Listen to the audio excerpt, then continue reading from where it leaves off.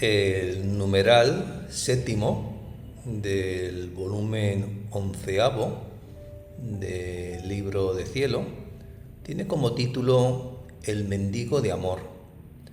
La criatura está hecha solo de amor.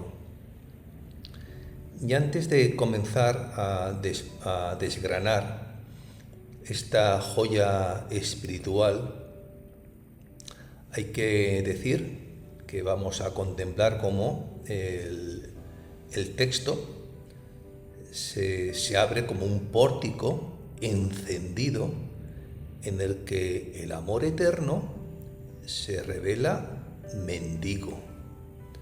No se presenta con ímpetu de dueño que reclama sus derechos, sino con la humildad de quien rodea en silencio a la criatura y le suplica que le devuelva uno a uno los dones que él mismo le ha confiado. Bajo esta luz, el ser humano aparece despojado de sus máscaras. Ya no es un simple conjunto de funciones biológicas, sino un tejido compacto de amor, nervios de amor, huesos de amor, sangre que circula como río de amor prestado. Así pues, en este umbral, Jesús descubre el secreto más profundo de la criatura. No solamente ha sido llamada a amar, sino formada enteramente de amor, impulsada en todos sus actos por alguna modalidad de amor, ya sea puro o desviado. Y mientras el Señor contempla cómo esa propiedad suya es derrochada en amores inferiores, se deja ver como un pobre que pide pan a las puertas de un palacio que él mismo ha edificado. Quien cruza este pórtico entra en una escena silenciosa y sobrecogedora. El Creador, mendigando amor a su criatura. Y la criatura, casi sin advertirlo, decidiendo en cada respiro si sacia o deja en ayunas al amor divino que la sostiene. Regresando mi todo y siempre amable Jesús, me ha dicho. Acabamos de escuchar pues la frase inicial, ¿no?, de esta joya, de este séptimo numeral del volumen 11. Una frase que se abre como un pequeño umbral narrativo cargado de densidad afectiva. No es sólo una indicación de escena, contiene, comprimido, todo un modo de relación. Ese regresando mi todo supone una presencia que viene y se oculta, un ir y venir, que no rompe la continuidad del vínculo, sino que la afina. Jesús no llega como extraño, sino como alguien que vuelve a una morada que reconoce como propia, como quien retoma un diálogo interrumpido solo en apariencia. Y por tanto, ese regresando mi todo, ese mi todo, condensa el lugar que Jesús ocupa en el corazón de Luisa. No es un bien entre otros, ni siquiera el primero entre muchos, sino la totalidad que unifica y llena. Luisa, al llamarlo siempre amable Jesús, ¿no? Ese llamarlo siempre amable, ¿no? Revela a la vez pues la experiencia, ¿no?, de su suavidad y la fidelidad de su amor. Y Jesús puede corregir, dolerse, lamentar, pero nunca deja de ser amable. Nunca pierde esa delicadeza que hace soportable incluso la queja divina. En este caso, como ahora contemplaremos. Estas palabras de Luisa, regresando mi todo y siempre amable Jesús me ha dicho, pues van preparando a la pequeña hija de la divina voluntad y con ella a todos los hijos del Fiat Voluntas Tua para escuchar lo que viene a continuación, pero no como un discurso abstracto, sino como la confidencia de un amigo que regresa, se sienta de nuevo en el corazón conocido y desde esa intimidad comienza a hablar. Hija mía, yo soy amor, e hice a las criaturas todo amor. Los nervios, los huesos, las carnes, son tejidos de amor, y después de haberlas tejido de amor hice correr en todas sus partículas, como cubriéndolas con un vestido, la sangre, para darles vida de amor, así que la criatura no es otra cosa que un complejo de amor. Y no se mueve por ninguna otra cosa sino solo por amor.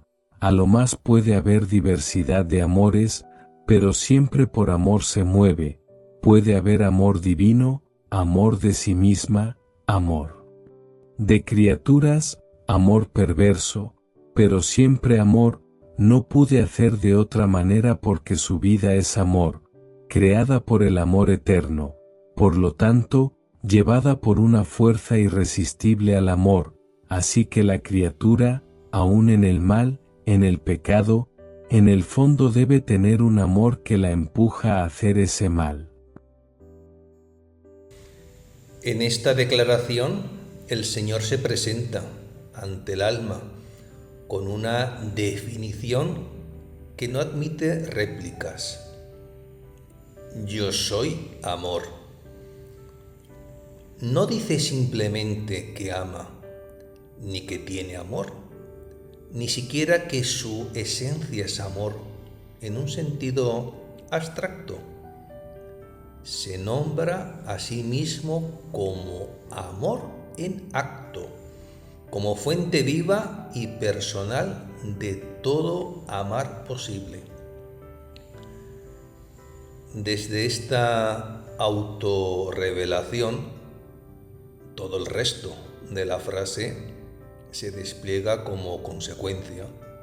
Si Él es amor, la criatura salida de sus manos no puede ser sino amor derivado, amor participado, amor plasmado en forma de naturaleza creada. Eco de esa verdad es el clamor de San Agustín. Nos hiciste, Señor, para ti, y nuestro corazón está inquieto hasta que descanse en ti. El caso es que la imagen que sigue es de una concreción sorprendente. Nervios, huesos, carnes, sangre. Nada del entramado corporal queda fuera de este designio. Todo aparece como tejido de amor, como si el Creador hubiese hilado cada fibra con la materia misma de su amor.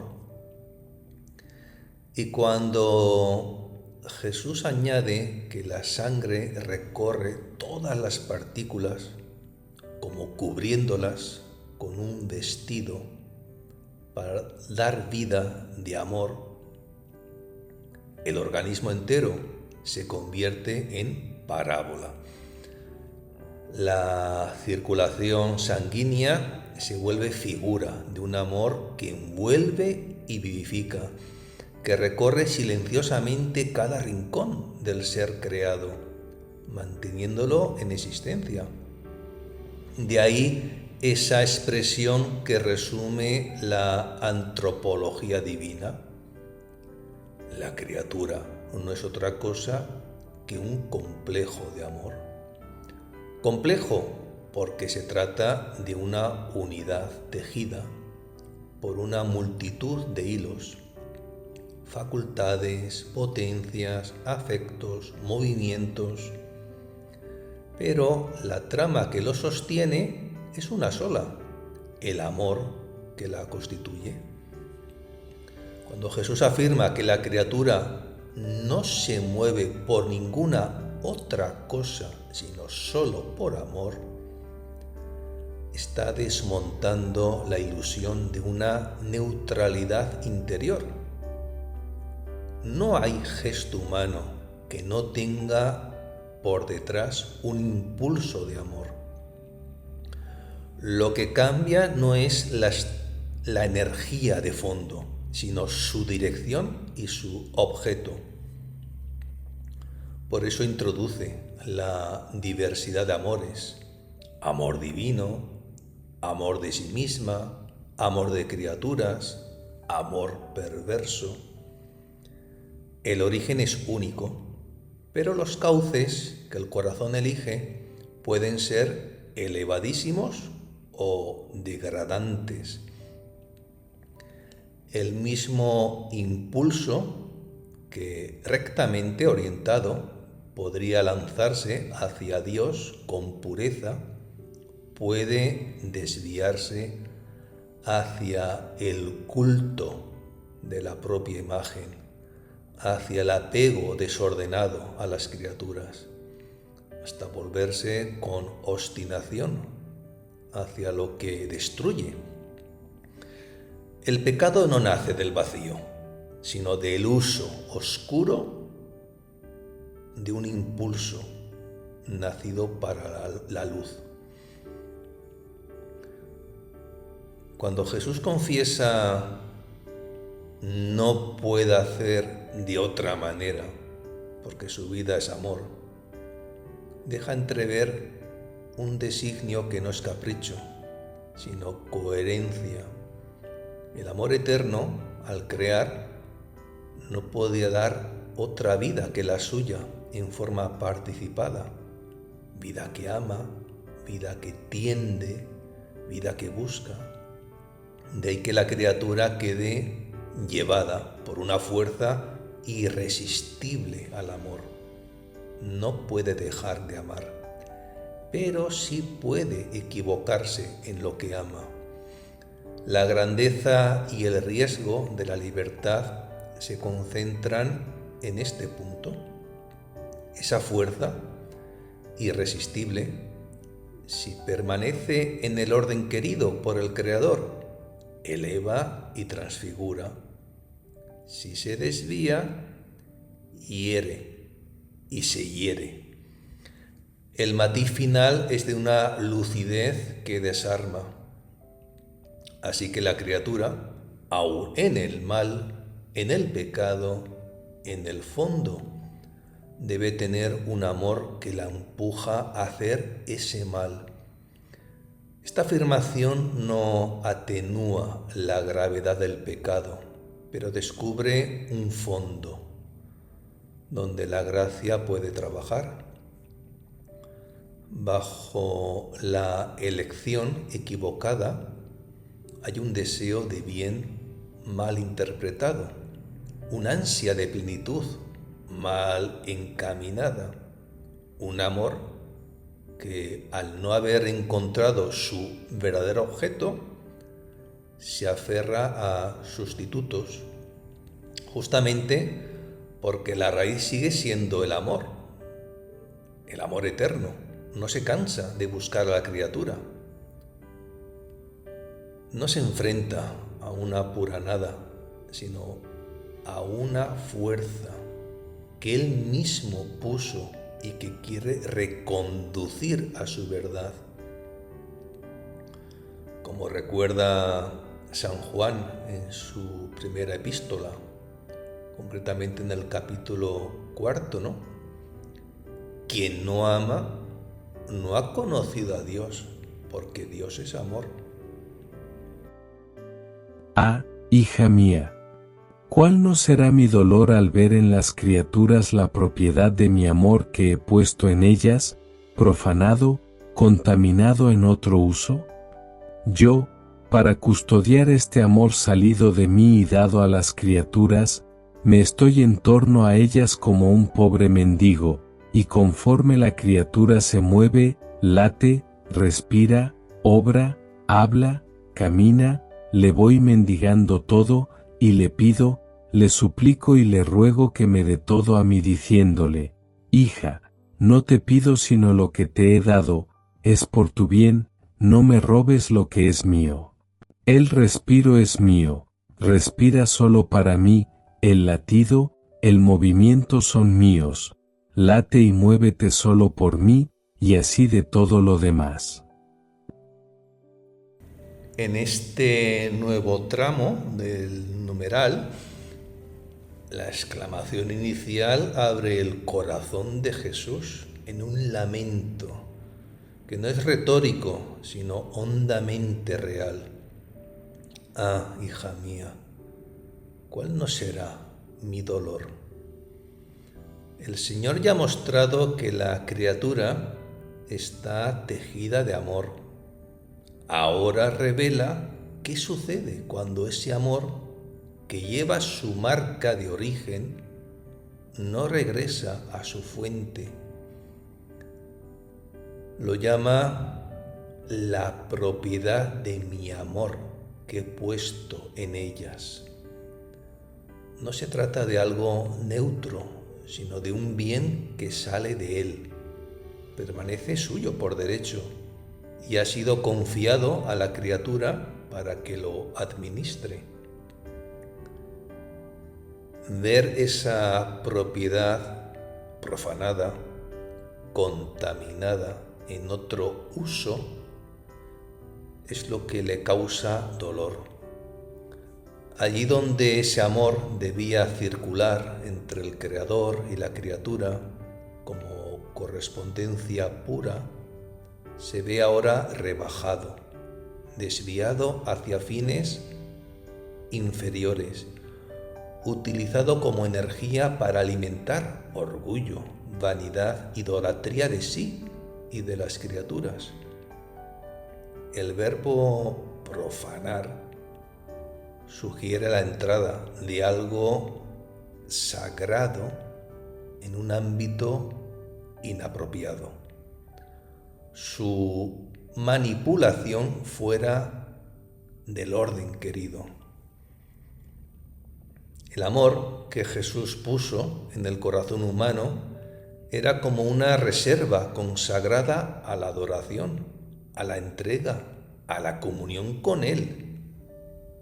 Sin embargo, termina a menudo sirviendo a pasiones que lo desfiguran, contaminado en otro uso. Y esto indica que no basta que el amor exista. La pureza o impureza de su ejercicio depende del objeto al que se dirige. Así, lo que era don altísimo se convierte, por el mal uso, en fuente de injusticia. Ese es el dolor de Jesús.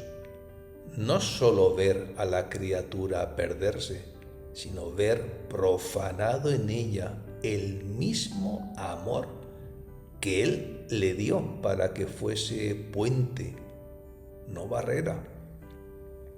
Para custodiar este amor salido de Él, Jesús se describe en una imagen de extraordinaria humildad.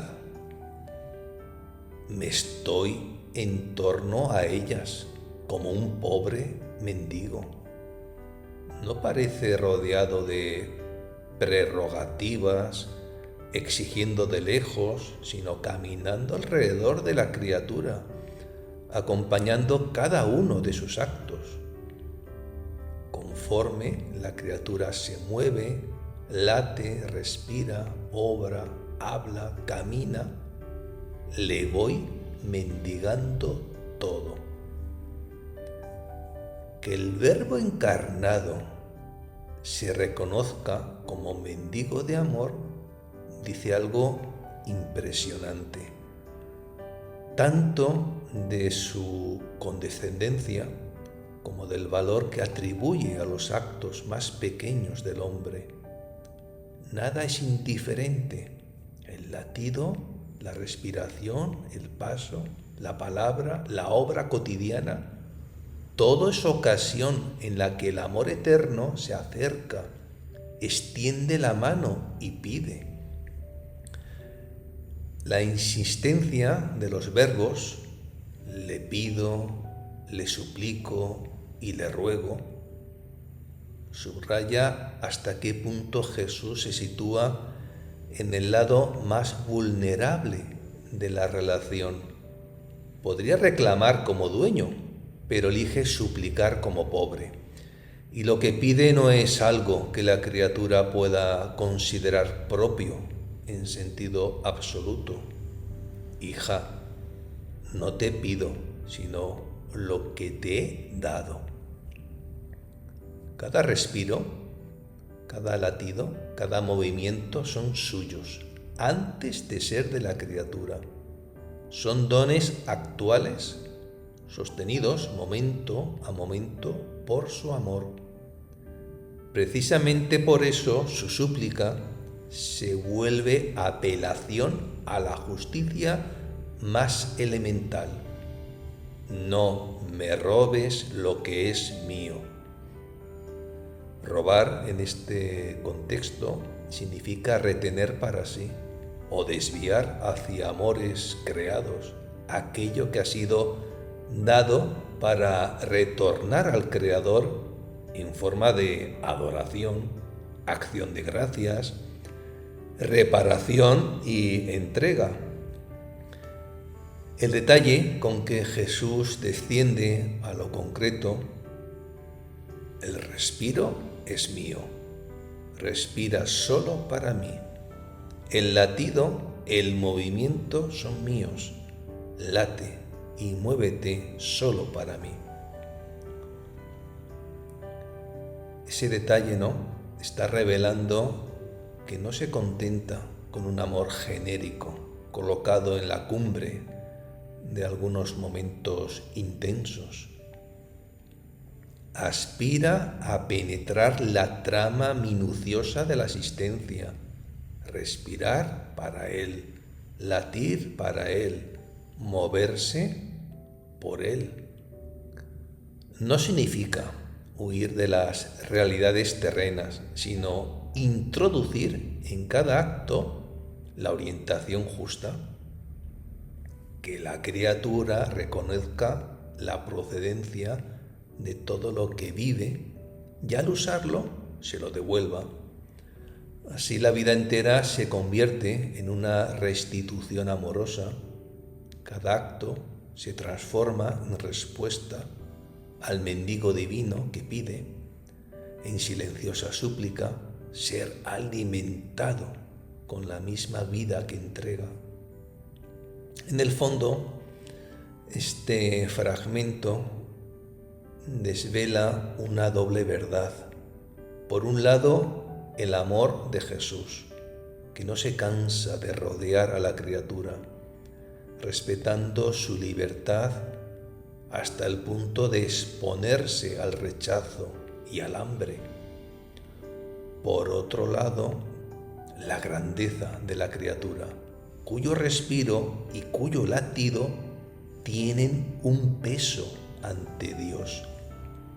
Nada es pequeño en ese intercambio.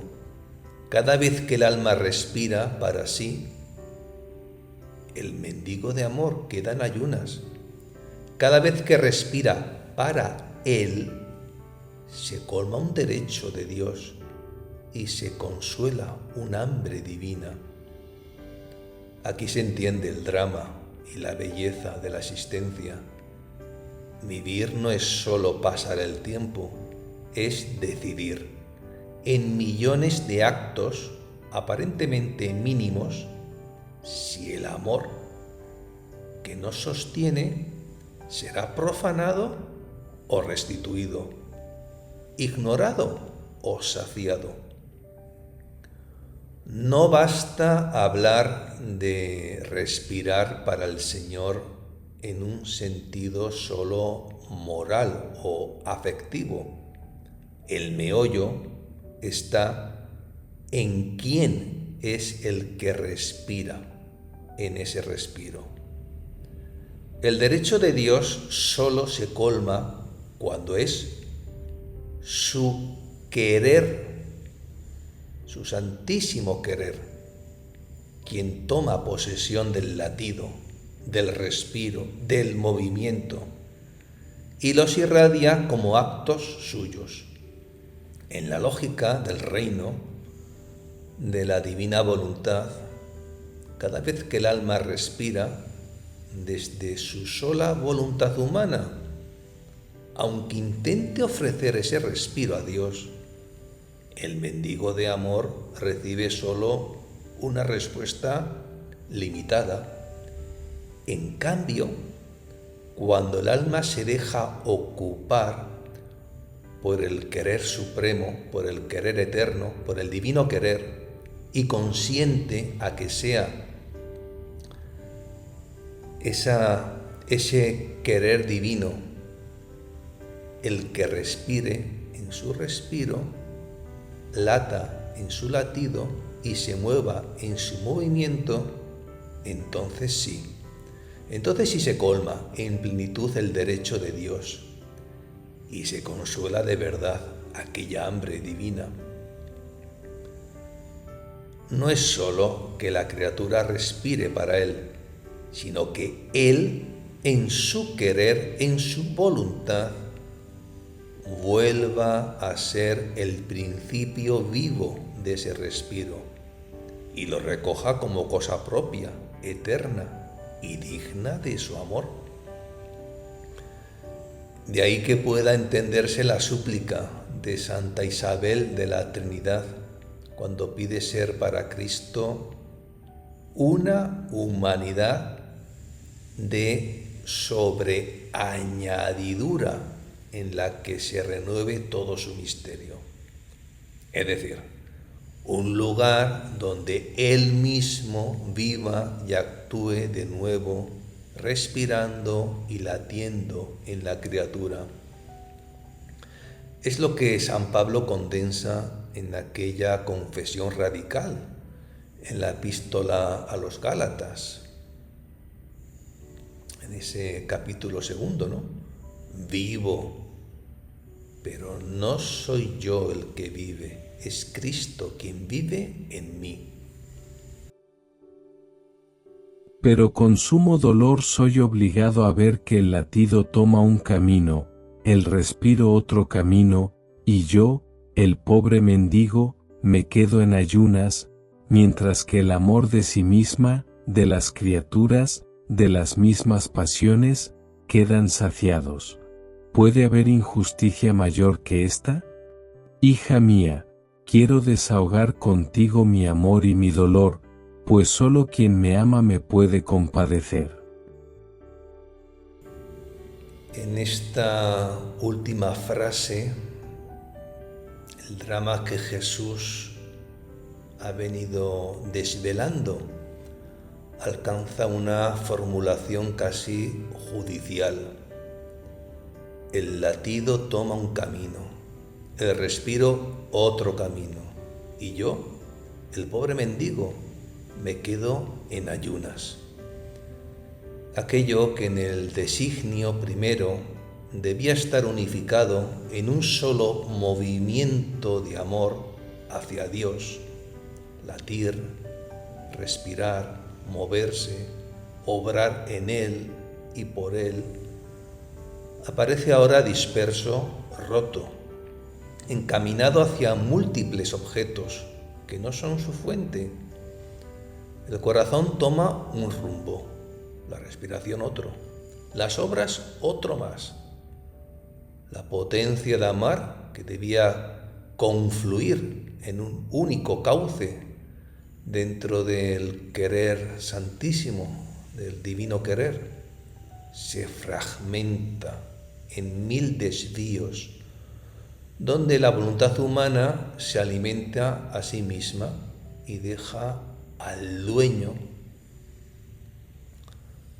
en hambre. En lenguaje del libro de cielo, esto significa que esos actos, aunque sean buenos en apariencia, no están injertados en el divino querer. No llevan en sí la vida de la voluntad suprema y por eso no pueden satisfacer el derecho pleno de Dios sobre lo que salió de él.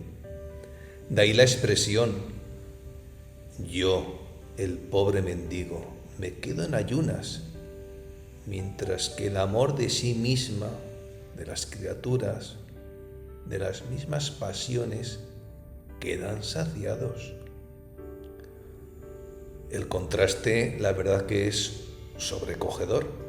El amor infinito que sostiene el ser es presentado como quien nada recibe. En cambio, la criatura, sus propios gustos, sus afectos desordenados, su círculo de intereses, quedan hartos, satisfechos, saciados. El hambre de Dios y la saciedad de los amores inferiores se cruzan como dos líneas que no se tocan. Pero aquí conviene recordar el matiz que recorre todo el libro de cielo. Solo cuando la criatura consiente a que el divino querer entre en sus actos y sea la misma voluntad divina la que ame, respire, lata y se mueva en ella, esta injusticia comienza a revertirse. Allí donde el querer divino ocupa el respiro y el latido, Jesús ya no queda en ayunas. Los actos, aunque pobres a los ojos humanos, adquieren un peso divino y regresan a Él como cosa suya. Por eso la pregunta que Jesús lanza: ¿puede haber injusticia mayor que esta? No es una figura retórica, se trata de una verdadera inversión del orden debido. Lo que pertenece por título de creación y de amor al Creador se usa contra Él, o al menos al margen de Él. Lo que debería ser la porción de Dios se convierte en alimento para el yo y sus pasiones. La mayor injusticia no es, en último término, la que se comete entre criaturas, sino la que el corazón humano inflige al amor que lo sostiene, al retener para sí aquello que debe devolverse. Es injusticia que una voluntad creada se erija en centro y fin de sus actos, cuando fue llamada a ser simple transparencia de la voluntad increada que quiere reinar en ella. Finalmente, el cierre del numeral abre una puerta de intimidad. Hija mía, quiero desahogar contigo mi amor y mi dolor, pues solo quien me ama me puede compadecer. Jesús busca un corazón en el que pueda depositar a la vez el peso de su amor no correspondido y el dolor de esta gran injusticia. Y precisamente porque se trata de una hija llamada a vivir en el don de su voluntad, ese desahogo no es solo confidencia afectiva, es participación en su carga. Quien lo ama en su querer divino, puede no solo compadecerlo, sino dejar que su querer mismo ame y repare en ella, restituyendo a Dios en cada respiro y en cada latido lo que tantas almas no le dan. Así el mendigo de amor encuentra por fin en el interior de la pequeña criatura ocupada por su santísimo querer una mesa donde no quedarse en ayunas, sino ser alimentado con el mismo amor que él puso y que vuelve por fin a su legítimo dueño.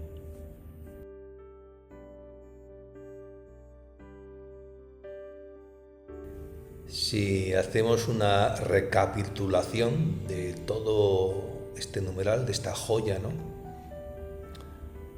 Podemos decir que sí, ciertamente este numeral se cierra dejando ante la inteligencia y la memoria una doble imagen inseparable. Por una parte, la criatura como complejo de amor. Por otra, el Creador como mendigo de ese mismo amor. Jesús ha mostrado que nada en el ser humano es neutral.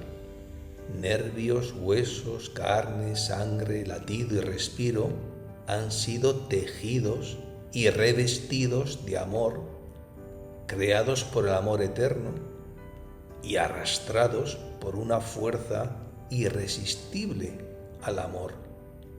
No existe un solo movimiento que no brote de algún tipo de amor. La verdadera cuestión no es si la criatura ama o no, sino a quién, cómo y con qué pureza ama.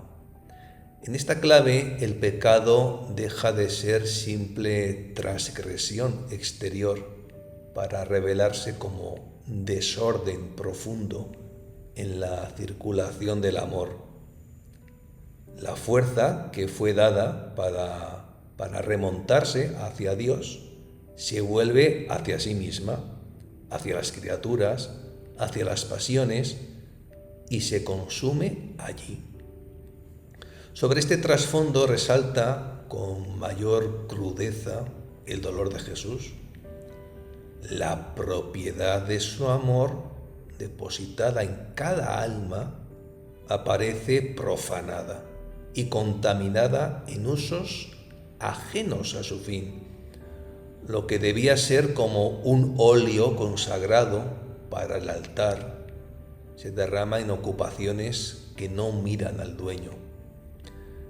El Señor contempla que el latido toma un camino, el respiro otro, la obra, el actuar otro más. Y Él, que es fuente y término de todos, permanece en ayunas, mientras se sacia el amor de sí, de las criaturas y de las pasiones. El amor que lo ha dado todo no recibe el retorno que le corresponde. Por eso habla de injusticia, no solamente por el daño que la criatura se causa a sí misma, sino porque el derecho de Dios es dejado de lado, como si el amor que Él infundió pudiera disponerse sin referencia a su Creador. Sin embargo, el modo en que Jesús se sitúa frente a esta injusticia no es el de un soberano que reclama desde lejos, sino el de un mendigo que rodea de continuo a la criatura. En cada respiro, en cada paso, en cada acto, se acerca silenciosamente y pide que el respiro sea para él, que el latido se oriente a él, que el movimiento tenga en él su porqué. Pero aquí se abre el matiz propio del don de dones. Mientras el alma permanece en los estrechos límites de su sola voluntad humana, incluso los actos ofrecidos a Dios conservan una medida reducida. El mendigo de amor recibe algo, pero no todo. El derecho divino se colma solo cuando el divino querer ocupa de veras la criatura. Y es la misma voluntad divina la que respira en su respiro, late en su latido, se mueve en su movimiento.